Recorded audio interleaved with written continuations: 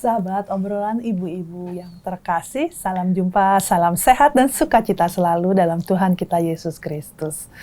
Senang sekali pada hari ini kita bisa berjumpa kembali dalam acara obrolan ibu-ibu yang pastinya akan memberikan informasi-informasi ringan, tapi bukan yang ecek-ecek ya, adalah sesuatu yang bermanfaat bagi kita semua. Dan seperti biasa, saya Francisca Audrey dan pada hari ini sahabat saya Lorencia Fani, kita akan bersama-sama memberikan inspirasi-inspirasi rohani buat para sahabat. Untuk sahabat yang memberikan masukan ataupun ada pertanyaan atau sesuatu yang mau diungkapkan, silahkan menuliskannya di kolom komen di YouTube. Oke, baik Fani. Hari ini kita tayang setiap Senin. Ya, kita tayang setiap Senin di minggu kedua dan keempat setiap bulannya. Oke. Nah, Fani, hari ini kita akan membicarakan apa nih? Kita sudah kedatangan tamu istimewa.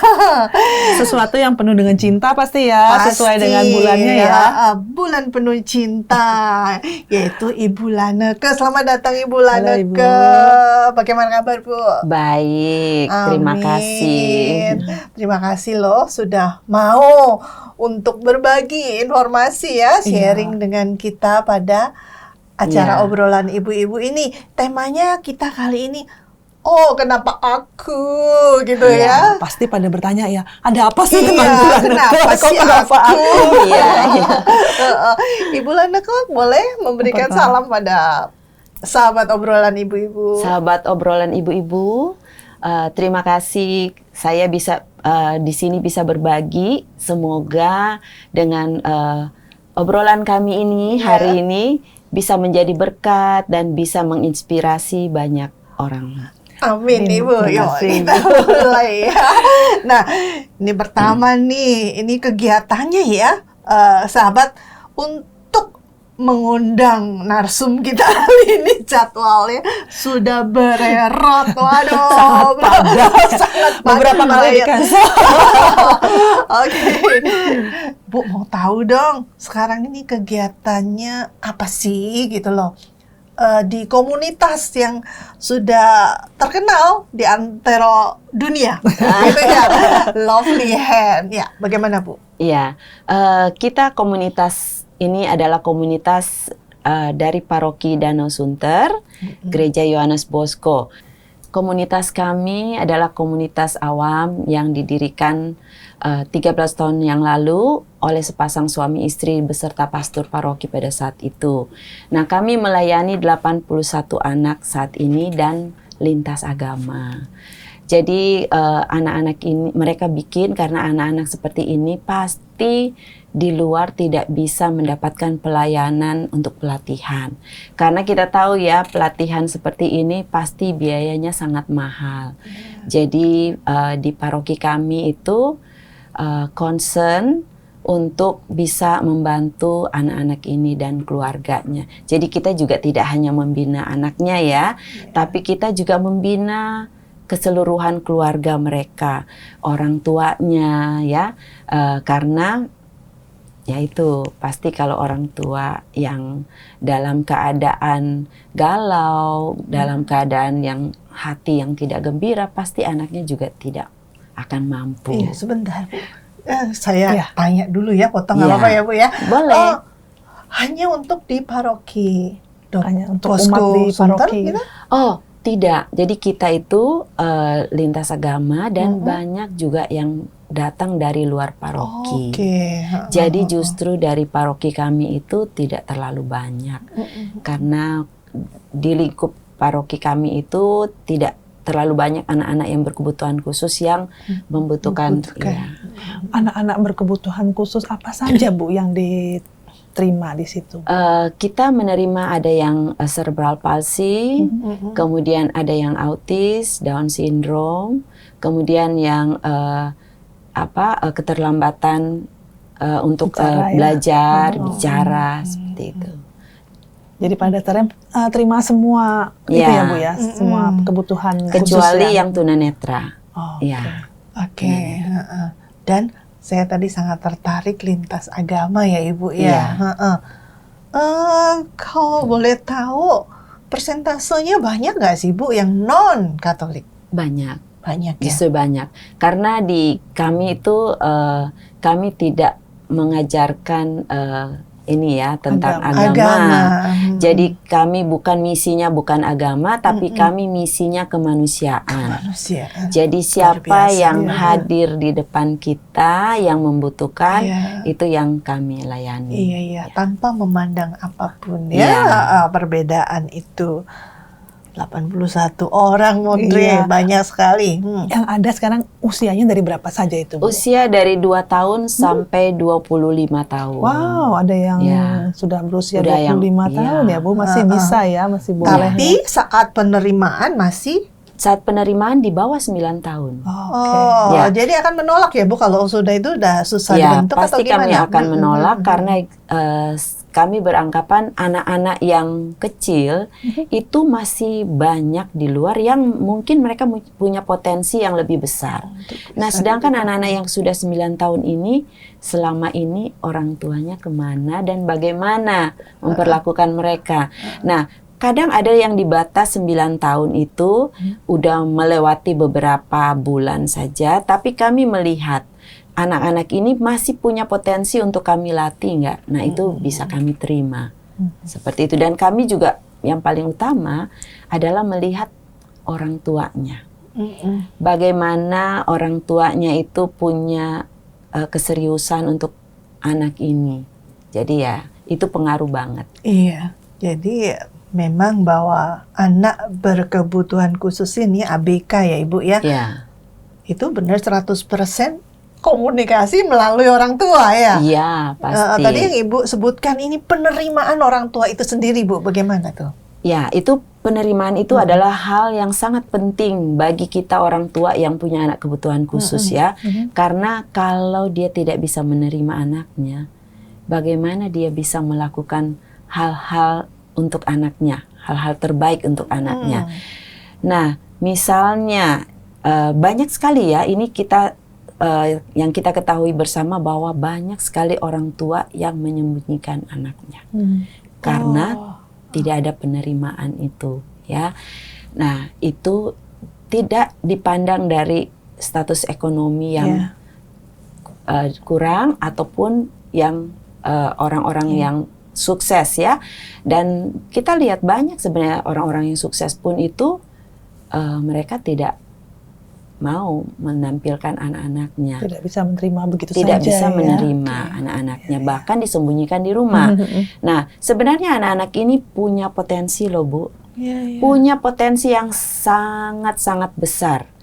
Karena anak-anak seperti ini Tuhan tidak pernah salah menciptakan kita. Itu yang kita harus pahami dulu ya, bahwa Tuhan tidak pernah menciptakan orang itu sesuatu yang salah. Atau Dia- karena ini ya, Nah. karena ada dosa atau karena Iya, kutukan atau apa betul. gitu ya Bu ya. Iya dong, Iya, betul. iya. Beranggapan Betul begitu. banget. Justru yang punya anak-anak kebutuhan khusus ini harus berbangga dan berasa bahwa kami ini adalah orang-orang yang dipilih oleh Tuhan. Tidak semua loh orang bisa dipilih oleh Tuhan untuk diberikan tanggung jawab ini. Nah, itu aku sudah mengalami sendiri sih. Ya. Jadi penerimaan itu adalah hal yang sangat penting untuk bisa anak-anaknya maju. Nah, untuk tahu ya, ini kan waktu penerimaan ini anak bisa diterima enggak, itu kan berarti tes dari orang tuanya ya. Iya. Nah, itu Ibu bisa ngelihat, lo nggak bisa. Nih, itu bagaimana Jadi, mau fine ya. menolak Kalau kita sekolah kan yang dites anak ya. Kalau Iya. ini mau masuk Orang yang tua. dites orang tua ya Bu. Iya. Jadi kita tuh ada observasi waktu mereka mau masuk, itu ada mereka harus mengisi form. Ya, selain mereka mengisi form, jadi ada dua yang kita lakukan, anaknya diobservasi dan orang tuanya. Tetapi yang orang tua ini adalah hal yang sangat penting. Ya, jadi waktu saat observasi itu saya akan berbicara dengan orang tua, wawancara. ya. Di situ saya akan bisa melihat apakah ini orang tua serius atau tidak, gitu ya. Dan di situ saya akan berikan aturan-aturan yang kalau mereka mau diterima di Lovely Hands, mereka harus mengikuti aturan-aturan itu. Dan aturan-aturan itu bukan aturan-aturan yang sangat mudah sebenarnya ya, karena kami mau melihat kalau kami sudah memberikan hal-hal ini ke mereka dan mereka bisa melakukannya, berarti itu kan mereka udah komit, ya kan? Nah ini berarti kami bisa bekerja sama dengan mereka. Gitu. Ada kontrak nggak, Bu?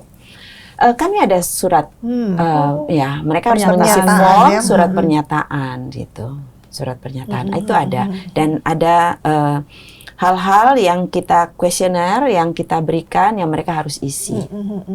Makanya itu digunakan ya. Ada beberapa kasus yang bawa anaknya terpaksa dikeluarkan ya Ibu ya. Ya, jadi kami sebenarnya tuh mau mengeluarkan mereka tuh dengan hati yang berat sekali dan dengan pertimbangan yang panjang banget. Dan itu kami ada proses ya. Peringatan pertama, peringatan kedua, dan peringatan ketiga, dan itu dalam bentuk tertulis. Jadi kami tidak hanya begitu saja. Kemudian saya percaya pendamping pelayanan saya itu pasti mereka itu kalau menyampaikan ke saya, Bu, anak ini kami kasih peringatan pertama, itu sudah pasti dengan begitu banyak hal yang mereka pertimbangkan. Pertimbangannya itu loh. Iya, berarti itu sudah buat mereka tuh udah hal-hal yang di luar daripada yang mereka tetapkan. Gitu. Bu, pelatihannya itu dalam kelas atau bagaimana Bu itu anak-anak? Iya, kami ada kelas-kelas di sana. Dan ada ruangan besar juga yang dimana mereka belajar untuk motoriknya. Di situ alat-alat kami siapkan di situ. Dan di kelas-kelas itu mereka one on one. Wow. Satu anak, satu guru di dalam satu periode 1 jam. Makanya effort biaya besar. Berarti pengajar-pengajarnya itu mereka pegawai tetap begitu ya Bu ya? Iya, kami punya pengajar-pengajar ini, itu mereka sebagai karyawan paroki. Oh, karyawan paroki. Iya, jadi mereka yang mendampingi anak-anak kita ini. Jadi ini kan merupakan satu pelayanan, tetapi paroki punya concern yang sungguh luar biasa. Mereka diterima sebagai karyawan tetap untuk bisa melayani. Dan anak-anaknya itu mereka tuh, jadi ini kan kayak sekolah ya Bu ya. Jadi mereka kan ya kayak sekolah atau pelatihan gitu ya. Ini kita tempat pelayanan ya, tapi kita melatih mereka sesuai dengan kebutuhan dari anak-anak ini.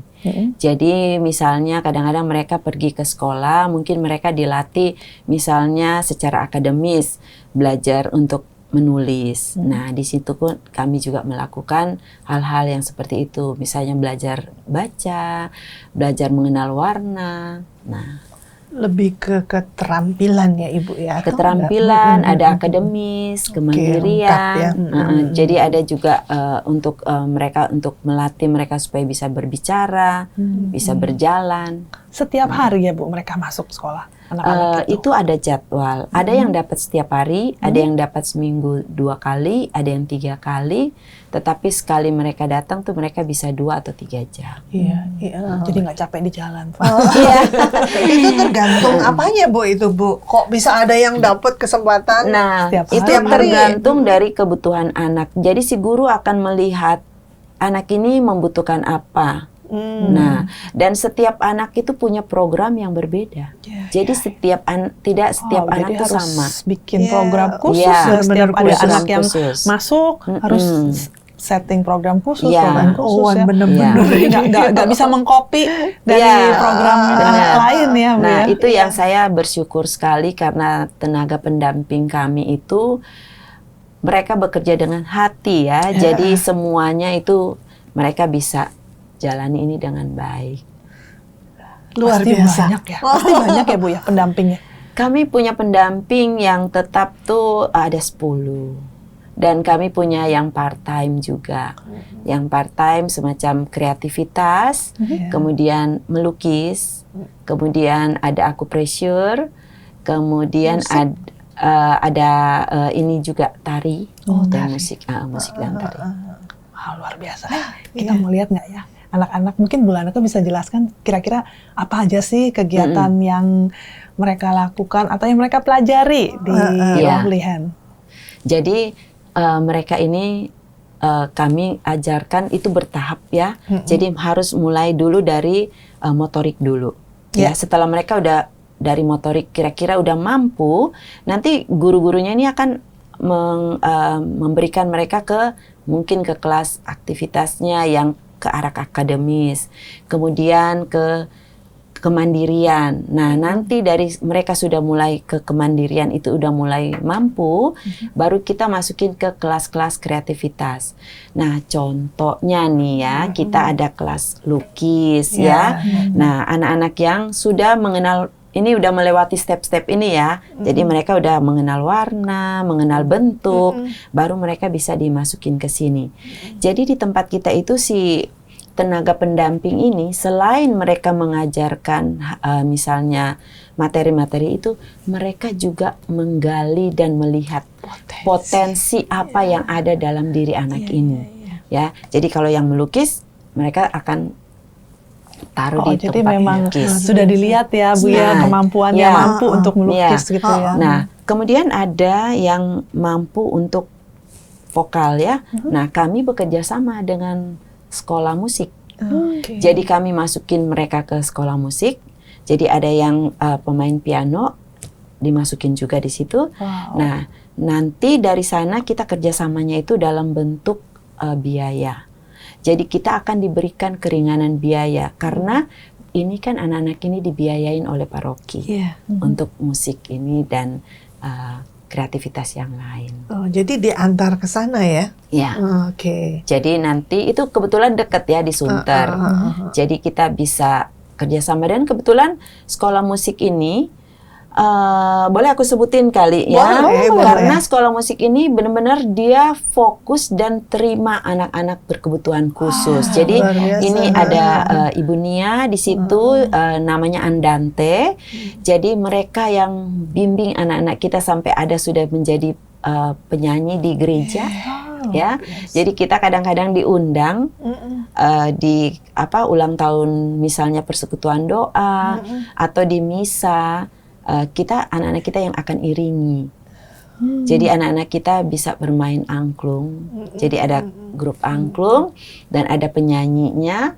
Jadi mereka yang dari misa itu pokoknya pujian hari itu semua akan full ya full dari anak-anak pujian ini. Diberikan Ya.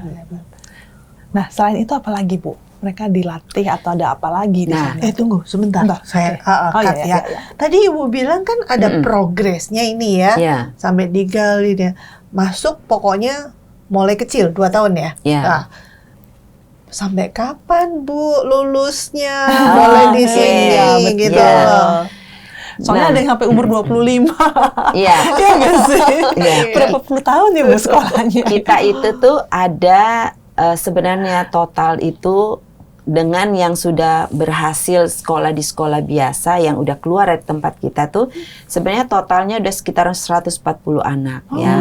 Jadi dengan yang 81 ini berarti ada berapa puluh anak yang udah keluar. Nah, itu mereka udah mampu bersekolah di sekolah biasa gitu ya. Dan ada yang istilahnya mereka sudah pokoknya di dalam masyarakat, di dalam lingkungan mereka tuh udah bisa membaur ya. Mandiri istilahnya. Udah bisa mandiri. Nah, yang lain ini kami akan lihat. Jadi kita harus tahu ada itu anak yang mampu dididik. Nah, yang mampu dididik ini, yang itu yang kemudian mereka bisa nantinya keluar dari tempat kita untuk bisa bersekolah di tempat lain. Nah, yang ada yang hanya mampu dirawat. Yang hanya mampu dirawat itu mereka pasti kita akan bina terus-menerus karena kita tahu kalau kita melepaskan mereka ke keluarganya lagi ini pasti mereka akan kembali ke titik nol ya. Nah, apakah kita rela kerja kita selama beberapa tahun untuk mereka ini itu dilepas begitu saja. Sayang Nah, tentunya betul. ya. Dan kami percaya walaupun mereka melangkah tuh pelan-pelan, tertati-tati gitu ya, tapi mereka itu pasti ada hasil yang mereka terima. Jadi kita harus percaya banget. Ya. Sebanyak apapun yang kita berikan, masa sih nggak ada yang dia terima? Gitu. Aduh, Jadi aku jadi bagaimana gitu ya. Nah, ya mungkin tadi kan Fanny motong nih. Nah, mungkin Bu Lana kan bisa teruskan tadi kegiatan anak-anak itu apa aja sih selain tadi yang belajar tadi musik, terus apa yang melukis, apa lagi nih? Nah, kita ini tuh sudah tahun ke-13. Waktu kita tahun ke-12, kita itu berpikir kita sudah melakukan begitu banyak hal buat mereka. Apa sih goal kita nantinya? Goal kita pasti kan menciptakan anak-anak yang bisa mandiri, sejahtera di dalam kehidupan masyarakat ya, terutama di dalam keluarga mereka. Kalau mereka nggak bisa mampu di dalam masyarakat, tapi paling tidak mereka mampu hidup di dalam keluarganya dan mandiri. Karena kita tahu satu waktu mereka akan terpisah dengan orang tuanya. Sampai kapan orang tuanya bisa mendampingi mereka ya? Pasti akan semakin tua gitu ya. Nah, kalau mereka tidak dibekali, mereka tidak diberikan pembekalan untuk bisa mandiri, pasti mereka akan tersisih dari masyarakat ya. Dan kita tahu walaupun mereka punya kakak misalnya atau adik, tapi kalau mereka nggak mampu untuk dirinya sendiri, pasti kakak-kakaknya juga akan tidak terima. Tapi kalau mereka mampu, pasti semua mau terima ya. Contohnya, waktu saat kami tahun ke-12 itu, kami membuat satu kebun, urban farming. Jadi di kebun itu kami melatih anak-anak untuk berkebun, merawat. Jadi dia menanam, dia merawat, kemudian panen. Nanti hasil panenannya itu dia akan olah. Nah, olahannya ada di sini nih. Jadi jus ini jus jambu, ini jus dari jeruk songkit kalamansi ya. Kecil ya. Ya. Nah, ini jadi kita melatih mereka membuat ini, kemudian mereka kita ajarkan bagaimana mereka bisa memasarkan ini. Karena kami di gereja itu kan tidak bisa berjualan dan kami pun di sini memang tujuan utamanya hanya melatih mereka untuk bisa mandiri dengan keluarganya. Jadi mungkin mereka bisa membuat UMKM kecil di keluarga mereka. Dan ini sudah berjalan. Luar biasa ya. Sudah berjalan. Akhirnya menjadi modal dan mereka ya. Buat modal buat baru mereka. tahun ke-12 padahal ya kemarin. Itu tahun ya. ke-12 ya. baru kami buat dan itu diresmikan oleh Bapak Uskup. Ya. Dan kami bersyukur sekali ya karena dari pertama kami ini didirikan, dari tahun pertama itu adalah atas persetujuan Bapak Uskup. Jadi waktu saat itu Romo Paroki meminta izin ke Bapak Uskup dan sepasang suami istri ini, kemudian Bapak Uskup mengizinkan dan sampai hari ini Bapak Uskup selalu support kami. Setiap ada kegiatan kami undang, pasti beliau akan datang. Ya. Nah, anak-anak itu pun itu loh berkreasi membuat ini. Ya, ini adalah salah satu bentuk sebenarnya melatih motorik mereka. Ini meronceng kan namanya. Tapi kita nggak mau cuman hanya jalan tanpa hasil ya. Jadi kita selalu mengajarkan orang tua, kamu melakukan sesuatu tuh harus punya hasil ya. Jadi apa ya orang bilang sambil menyelam ya. Air tapi jangan kembung. Nah, ini jadi anak-anak ini bikin ini, kemudian kami latih dan kami banyak sekali dibantu loh sama Romo-Romo. Jadi ini sudah dibantu oleh Romo Joseph untuk dipasarkan. Dan itu pembeli anak-anak ini bisa sampai ke luar-luar kota loh. Luar biasa. Banyak sekali ya. Banyak sekali. Mereka udah bisa menghasilkan lumayan buat mereka ya belajar. Mereka belajar. Luar biasa ya. Sukses terus ya Ibu ya. Iya. Lovely Hand. Buat Lovely Hand. Kita break ya Bu ya di sesi pertama ini. Oke. Nanti di sesi kedua kita akan gali lebih dalam. Iya. Kita juga mau tahu ada satu loh, apa. saya lupa Ada ya. lagi? Itu satu, kami nih saat ini Desember ini, kami tuh di branding oleh Thomas G. Sar Foundation. Oke. Itu Thomas G. Sar Foundation itu adalah dari Modena, Ya, Ibu Lani Kuarso, Pak Michael dan Pak Daniel. Jadi mereka benar-benar sangat support terhadap anak-anak kami. Jadi mereka branding produk anak-anak kami itu adalah cake. Ya. oke. Jadi di Desember ini anak-anak kami tuh membuat 350 hampers cake Wow. dan dibantu oleh mereka untuk anak-anak ini punya karya. Hebat. Iya. Jadi udah punya produk lagi ya. Udah punya maksudnya, branding iya. juga. Iya. Iya, kan? Jadi Ah, ini luar tapi bukan untuk di paroki, tapi untuk anak-anak ini semuanya. iya. Jadi Ah, hasil ah, ini ah. untuk anak-anak Untuk ini. anak-anak. Jadi ini kan berupa donasi Iya, ya, ah. berupa donasi yang diberikan dan untuk mereka. Iya, luar biasa. Ya. Nah, pasti nanti sahabat juga mau tahu sih, kenapa sih Bu Laneke mau melakukan itu gitu loh ya. Iya. Nah, sahabat, kita akan jeda sejenak. Nanti kita akan menggali lebih dalam nih mengenai alasan-alasan dari Bu Laneke melakukan ini semua di sesi yang kedua. Ya. Ya, tetap bersama kami.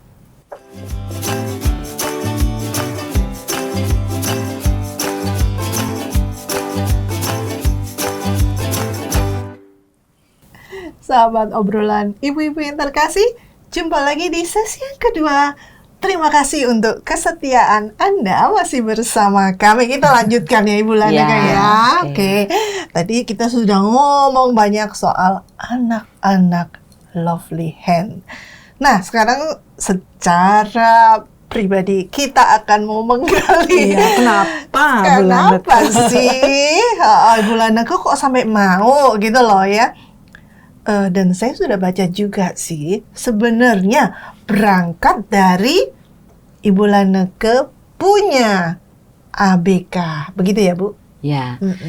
Nah, ini aku cerita dulu bentar. Ini sebenarnya yang mendirikan Lovely Hands tuh bukan aku ya. Iya. Kadang-kadang orang suka kadang kesaru gitu ya. Saking Mungkin ngetopnya. Iya. Kadang dan aku yang ngejalanin memang Iya. ya. Aku yang ngejalanin. Jadi saya masuk itu mereka itu udah di tahun kedua ya. Kebetulan bukan sebenarnya sih bukan kebetulan ya. Iya, Iya, nggak aku ada yang percaya. kebetulan. Ah, Semua aku sudah percaya diatur banget olehnya. bahwa ini udah rencana Tuhan Betul. buat aku. Jadi makanya waktu dulu mungkin aku bisa bertanya, kenapa saya? Ya kan? Ya. Dulu aku mungkin bisa bertanya seperti itu. Tetapi setelah berjalan, aku menyadari itu bahwa ini memang langkah-langkah yang sudah Tuhan berikan ya ke saya. Jadi saya itu sebenarnya punya seorang anak berkebutuhan khusus awalnya. Jadi anak saya itu namanya Anthony. Dia sudah meninggal di tahun 2013 di usianya yang ke 20 waktu itu. Nah, itu benar-benar anak yang diberikan Tuhan yang penuh dengan mujizat di dalam keluarga saya. Iya, Ya. juga. Jadi pertama kan bayangkan ya, orang kalau mau punya anak tuh pasti punya impian tuh yang baik-baik, yang ya besar, kan, yang besar. Iya. Dan pasti anak pertama tuh benar-benar kita Dinantikan, dinantikan, ya. ya. Jadi persiapan semua dengan baik. Nah, saya itu waktu saat itu di usia 3 bulan saya pendarahan. Oke. Usia Ya. kandungan 3 bulan ya. Karena Ah. sakit atau? Nah, belum tahu waktu Oh, itu. oke. Jadi kenapa gitu ya. Nah, kemudian saya ke rumah sakit, ke dokter, berobat, disuruh rawat, bed rest karena pendarahan. Tapi dokter tidak menyebutkan kenapa saya dirawat. Nah, kemudian pada saat itu harusnya orang-orang tuh hamil pertama kan dokter kandungan menyuruh orang untuk memeriksa kandungannya. Nah, itu periksa TORCH ya. Nah, jadi ini juga sesuatu pelajaran buat orang-orang muda yang menikah itu jangan sampai lalai. Nah, saya itu memang benar-benar seperti ditutup semuanya dan itu seperti jalan-jalan yang memang sudah harus saya lalui gitu ya. Nah, jadi saya nggak diperiksa. Dan waktu saat saya juga udah bed rest itu, dokter nggak periksa loh. Nggak nyuruh juga ya? Nggak nyuruh juga. Dia cuma USG, dan pada saat di USG itu terlihat bayinya lengkap semuanya. Dan dia bergerak gitu kan, bergerak dan sangat aktif. Sebenarnya mungkin dengan pergerakan itu dokter mungkin udah harusnya harus tahu ya, mungkin ada sesuatu gitu ya. Nah, setelah itu saya juga nggak didatengin loh sama dokternya. Jadi dokter hanya mengharapkan nurse waktu itu ya. Nah, kemudian suami saya datang ke dokter dan bilang, akhirnya dokter datang juga. Dan dokter bilang kan sudah disuntik. Ternyata nggak disuntik saya. Terus suster bilang, iya dokter obatnya habis. Suntik ya kan? apa itu Bu? Suntik mungkin saya nggak tahu juga ya, suntik untuk vitamin atau apa hal yang mungkin untuk kesehatan si bayi gitu ya. Nah, jadi akhirnya karena itu tidak dilakukan, tapi akhirnya sampai saya bisa keluar rumah sakit. Dan proses kehamilan tuh sampai melahirkan semuanya oke. Habis itu nggak ada masalah ya Bu? Nggak ada masalah, sampai lahir itu mau lahir, tiba-tiba sudah mau lahir seminggu, dibilang anak saya sungsang. Padahal kan sebenarnya harusnya sudah tahu sebelumnya. Tapi memang benar, mungkin pada saat itu dia tiba-tiba langsung muter, karena anak ini bergerak terus aktif. Nah, setelah lahir itu semua baik-baik saja. Dan waktu lahir itu memang benar-benar kalau dilihat anak saya tuh dari kepala sampai kaki tidak ada yang kurang. Dan dia sangat ganteng ya. Pokoknya cakep deh. Putih, bersih, cakep sekali anaknya. Jadi tidak ada yang menyangka kalau dia disabilitas gitu. Tapi proses berjalan itu kan ada step-stepnya anak bayi, di mana dia harus bisa tengkurap, ya gerak. Anak saya tuh sudah waktu awal dia bisa muter loh. Waktu pulang di rumah kok ini ditaruh kepalanya sini, tiba-tiba kepalanya udah di sini. Itu anak baru lahir loh, ya kan? Nah itu sebenarnya harusnya udah satu tanda tanya. Kemudian anak saya tuh kalau itu seperti orang yang kaget, tidak ada bunyi, tidak ada apa, tapi kaget. Dia bisa sampai 50 kali. Dan itu dia punya lutut sama kepala hampir ketemu begini ya. Nah, terus kalau itu dia itu bisa sampai 40-50 kali. Dalam satu hari? Enggak sehari, dalam sekali serangan. Nah, jadi kayak kejang begitu. Seperti kejang. Itu kejang sebenarnya, tetapi dalam bentuk kaget. Jadi orang kadang-kadang kejang tuh kan yang kayak gimana gitu kan step. Nah, ini ternyata dia lain, beda. Kemudian kalau dia sudah mengalami itu, dia akan meneteskan air mata. Nah, itu kami tanya ke dokter, kenapa sampai bisa meneteskan air mata? Akhirnya dokter bilang, itu berarti dia sakit di kepalanya. Nah, ini adalah bentuk step sebenarnya, kejang. Ya. Nah, udah kami jalanin, tapi itu ketahuannya setelah beberapa, dia udah hampir 8 bulan. Ya, nah jadi karena kami bawa tuh selalu ke dokter kan rutin tuh, kan rutin anak pertama pasti kan wah semangat gitu ya, pokoknya jadwal kontrol pasti kami akan kontrol, nggak pernah lewat. Dan ditanya ke dokter, dokter ini kenapa?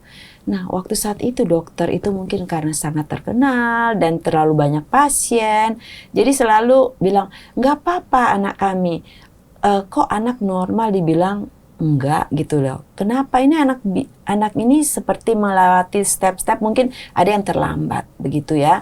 Oke, kami percaya. Tapi kami sambil mencari second opinion. Di dokter lain pun mengatakan seperti itu. Karena kan mungkin mereka melihat dari fisik anak saya, ya kan? Nah, terus kemudian yang kami permasalahkan adalah kenapa kaget itu tanpa bunyi, tanpa ada suara gitu kan. Nah akhirnya kami memutuskan untuk membawa dia ke Cina ya waktu saat itu. Itu usia? Usia 8 bulan. dengan keterbatasan tidak bisa bahasa Mandarin sama sekali, tapi karena cinta kami suami istri, penerimaan itu ya itulah yang membuat kami bisa sampai ke sana membawa dia. Dan di sana itu diobservasi oleh beberapa profesor tim dan mereka menyatakan bahwa kamu harus bisa menerima anak ini. Ini ada sesuatu yang terjadi sama dia. Jadi anak kami itu diagnosa bahwa dia mikrosefali. Ya. Nah, cuman penyebabnya belum tahu juga, ya. Jadi akhirnya dia cuman berpesan ke kami, pulang, cintai, rawat, latih dia sebaik mungkin. Karena kalau ada dokter yang bisa menyatakan bisa menyembuhkan dengan cara operasi atau apapun, itu tidak mungkin, dia bilang. Dan kamu datang ke sini itu udah usia 8 bulan, buat mereka merasa sudah agak terlambat. Harusnya kan sudah bisa dideteksi dengan apa yang kami sampaikan ke dokter pada saat dia masih kecil. Nah, kalau kami membawa dia masih saat kecil itu 1 atau 2 bulan, itu masih bisa disuntik dengan ada satu vitamin. Itu saya nggak tahu juga itu apa ya, vitamin. Dia cuma menyatakan vitamin dari Rusia, dan itu anaknya bisa ada kemajuan di ini ya otaknya. Dan saya dan suami bilang gini, oke dokter, kami mau melakukan itu walaupun buat dokter itu mungkin percuma gitu. Tapi kami punya prinsip pada saat itu, masa sih nggak ada hasil sedikit pun. Jadi kami membeli obatnya dan kami suntik selama 60 kali. Jadi 60 hari, setiap hari dia disuntik. Dan itulah yang setelah itu kami lihat ada kemajuan-kemajuan. Dan yang paling utama adalah sebenarnya penerimaannya. Suami saya dan saya waktu saat mendengar ini, kami sepakat untuk kami harus menerima dan merawat dia, menyayangi dia, apa adanya dia. Dan saat itu kami memutuskan sebenarnya tidak mempunyai anak lagi, ya karena kami mau mencintai dia. Tetapi proses kami pulang dari Cina, kami ke Singapura berobat, bawa dia di sana. Kami masih tetap mencari jalan, walaupun sudah dikatakan seperti itu, tapi kami masih mencari jalan karena itu bukti cinta kami ke dia ya. Akhirnya kami bawa ke Singapura, dicobalah obat-obat segala macam di sana, dan prosesnya sangat menderita sebenarnya buat anaknya, karena setiap kali kalau kami mau CT scan dan untuk merekam irama otaknya dia itu pasti itu akan tersiksa buat dia. Kami harus memberikan obat tidur, penenang gitu ya buat dia. Nah itu kami jalani. Setelah di sana dokter berkata ke kami, apakah kalian nggak punya niat punya adiknya lagi? Karena mungkin dengan punya adik dia bisa ada rangsangan untuk bisa berkembang gitu ya. Tapi kami pikir-pikir, saya bilang, dokter kami takut. Karena setelah sampai di Jakarta itu kami, kan dokter di sana juga tidak mau menyatakan ini anak kami kenapa. Dan tidak mau memeriksa, kata dokter buat apa gitu kan. Akhirnya kami dapat ketemu satu dokter di Jakarta, dan dokter Hardiono, dia spesialis saraf anak. Dia yang bilang ke kami, kamu mau tahu nggak kenapa gitu ya, ayo kita periksa deh. Ya udah, akhirnya diperiksa lah, dan ternyata anak saya itu jadi kena tokso. Waktu saya hamil, saya terinfeksi tokso. Nah jadi terjadilah seperti itu ke anak saya. Tetapi dokter mengatakan bahwa tokso ini sebenarnya nggak seperti yang anak saya alami. Harusnya anak saya mungkin bisa tuli, bisa buta gitu ya. Nah anak saya tidak mengalami itu. Dia bahkan pendengarannya bagus, penglihatannya juga bagus. Jadi yang coba dia alami itu adalah motorik, dia nggak bisa duduk. Bahkan dulu nggak bisa mengangkat kepalanya. Jadi pernah saat satu waktu tiba-tiba dia lumpuh total. Jadi kalau kita taruh tidur begini, nggak akan dia tangannya bisa terangkat, nggak bisa kalau kita nggak angkat. Nah, dengan itu kami berpikir lagi sama suami, ini secara medis mungkin akan berat buat kita, tetapi kami percaya Tuhan kita tuh luar biasa. Setiap malam jam 12 malam suami saya tumpangin tangan di kepala anak saya dan mendoakan dia. Dan saat itu kami mulai melihat ada hal-hal yang istilahnya progres yang kami alami. Dan kami melakukan banyak sekali terapi untuk dia ya. Dan yang paling menyedihkan lagi, kami pergi ke salah satu dokter syaraf. Dia menyatakan bahwa anak kami nggak berumur panjang. Mungkin anak kami hanya bisa sampai usia 4 tahun. Aduh, sedih sekali. Ya, di saat itu kami sedih, tetapi kami meminta sama Tuhan di saat-saat mendekati usia itu, suami saya selalu bilang, Tuhan berikanlah kami kesempatan untuk merawat dia. Akhirnya melewati 4 tahun itu dengan perjuangan yang sangat panjang. 4 tahun dibilang lagi nanti usia 6 tahun. Mendekati 6 tahun itu Minta lagi. was-was. Suami saya minta lagi, Tuhan berikanlah kami kesempatan. 9 tahun begitu, 12 tahun begitu. Dan akhirnya sampai usia 20 tahun. Dan di usia 20 tahun, dia itu hanya kena muntaber sebenarnya. Dan kami percaya ini adalah proses di mana Tuhan tidak, maksudnya meninggalkan anak kami. Dan Tuhan sudah, saya rasa Tuhan sudah pikir, sudah cukup proses yang kami dan suami serta anak-anak kami yang lain itu diproses gitu ya. Dan Tuhan bilang udah cukup sampai di sini mungkin. Nah, waktu saat dia mau meninggal itu, dokter di rumah sakit bilang bahwa sebenarnya kan melalui proses pemeriksaan semua, ginjal anak saya itu sebenarnya bermasalah. Harusnya itu sudah bermasalah dari kecil. Karena anak saya punya ginjal itu cuma kecil sekali. Tidak sempurna, dan bahkan dokter bilang ini mungkin dia tidak ada punya penyaring ginjal. Nah, orang kalau yang tidak punya penyaring ginjal itu pasti kan akan cuci darah. Dan pasti dia buang air juga, kecilnya itu kan nggak bagus. Dia tidak. Buang air kecilnya lancar, tidak ada darah, dan kakinya pasti kan kalau yang kayak gitu bengkak, ada air cairan di tubuh. Dia tidak mengalami itu. Mujizat terjadi setiap hari. Nah, dari saat waktu dia meninggal itu, saya bilang sama Tuhan, terima kasih Tuhan. Ternyata di dalam rumah saya ini setiap hari loh, selama 20 tahun itu ada mujizat yang terjadi, dan kami tidak mengalami hal-hal yang sangat sulit buat kami jalani dengan dia. Itu pun karena apa? Karena penerimaan keluarga besar kami. Jadi semua hal yang sulit mungkin itu merasa bagi kami tidak sulit. Bahkan menjadi suatu mujizat ya. Suatu mujizat. Antoni punya adik waktu umur berapa? Antoni punya adik waktu dia usia hampir 4 tahun. Jadi saat dia sudah mulai bisa melihat sekitar, ada adik, ada gitu adiknya. Dan itu adiknya itu kami benar-benar karena dokter menjamin, dokter di Singapura itu bilang sama kami, saya jamin bahwa adiknya tidak akan kenapa-napa gitu loh. Asalkan kamu terus-terus kontrol kan. Jadi kebetulan kami bawa Antoni berobat bolak-balik Singapura itu, jadi kami sekalian cek.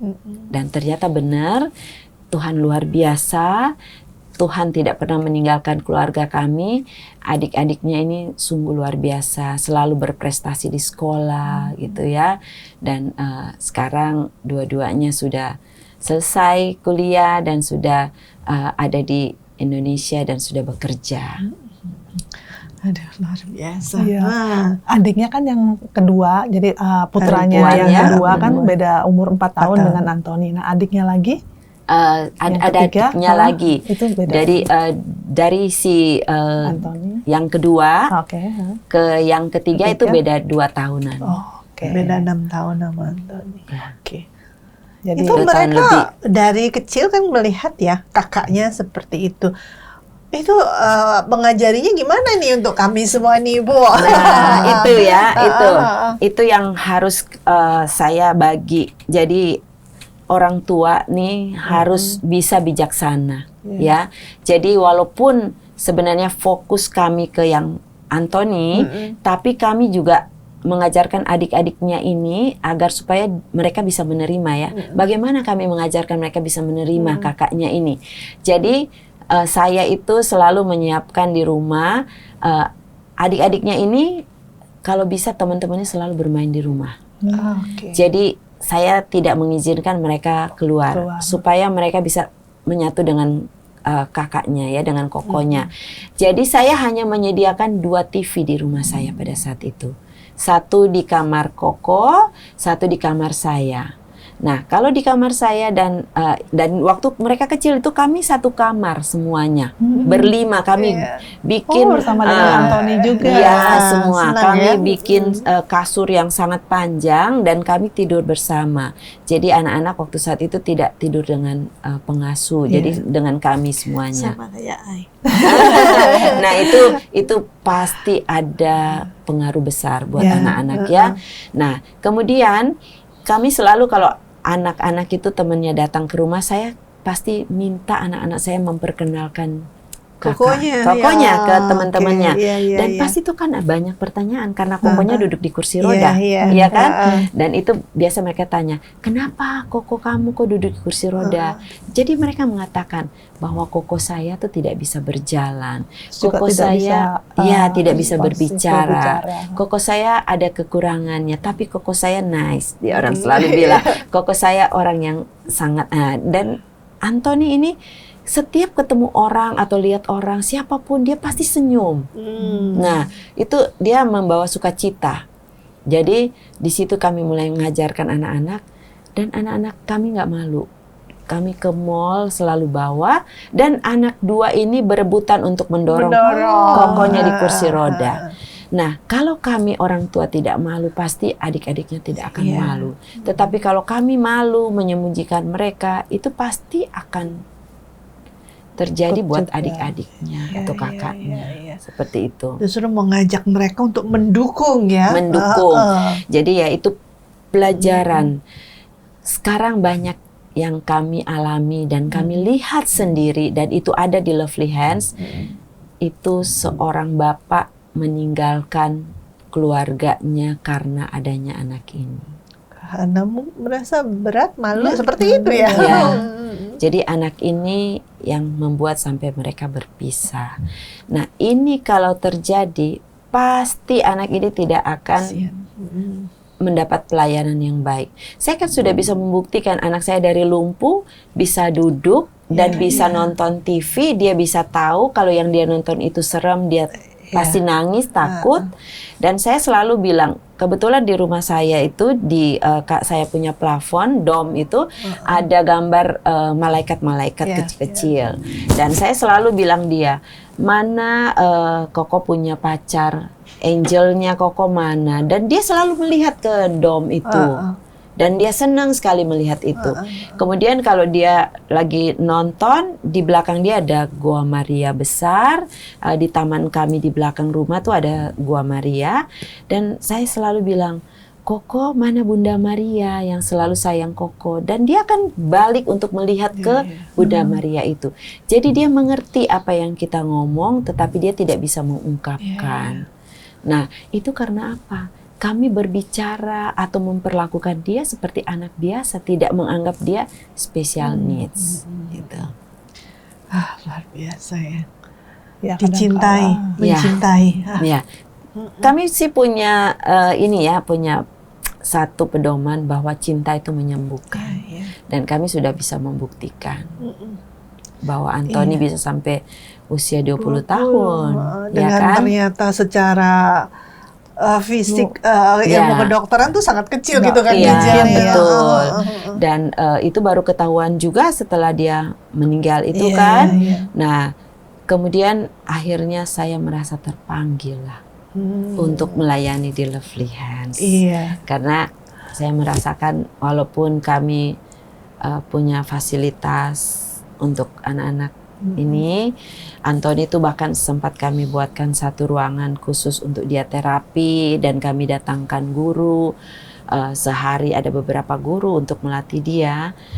Itu pun kami merasa ada sesuatu yang mungkin sangat buat kami itu berat juga, Iya. iya kan? Nah, jadi saya melihat bagaimana dengan Yang lain, yang lain yang di luar iya. sana yang tidak mendapatkan pelayanan. Iya. Jadi pada saat pastor paroki setelah anak saya udah meninggal, saya kan itu udah mulai kacau-kacau lah. Pasti ada pergulatan juga ya, Ya Bu kan ya. orang bilang mungkin pada saat meninggal lama-lama kita akan lupa. Tapi pada saat itu aku lama-lama kok semakin, aku bilang suami, kok aku dengar suaranya Anthony, aku mencium baunya dia, seperti itu. Wah, suami bilang, waduh ini gimana ya? Akhirnya pada tiba-tiba pastor panggil aku, Bu, mau nggak ikut melayani di gereja?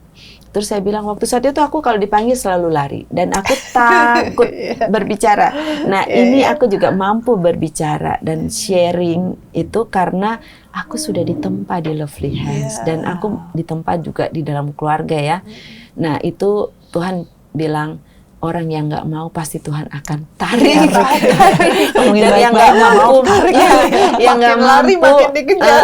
yang nggak mampu dimampukan. Iya. Dan itulah waktu saat dipanggil pastor, sebenarnya bukan untuk ini, pelayanan yang lain. Tapi aku bilang, pastor, aku kan cuman punya kemampuan untuk melatih anakku. Aku bilang, oh kebetulan ada di sini. Nah akhirnya saya mulai bergabung dan sampai hari ini saya masih bergabung di sana. Iya.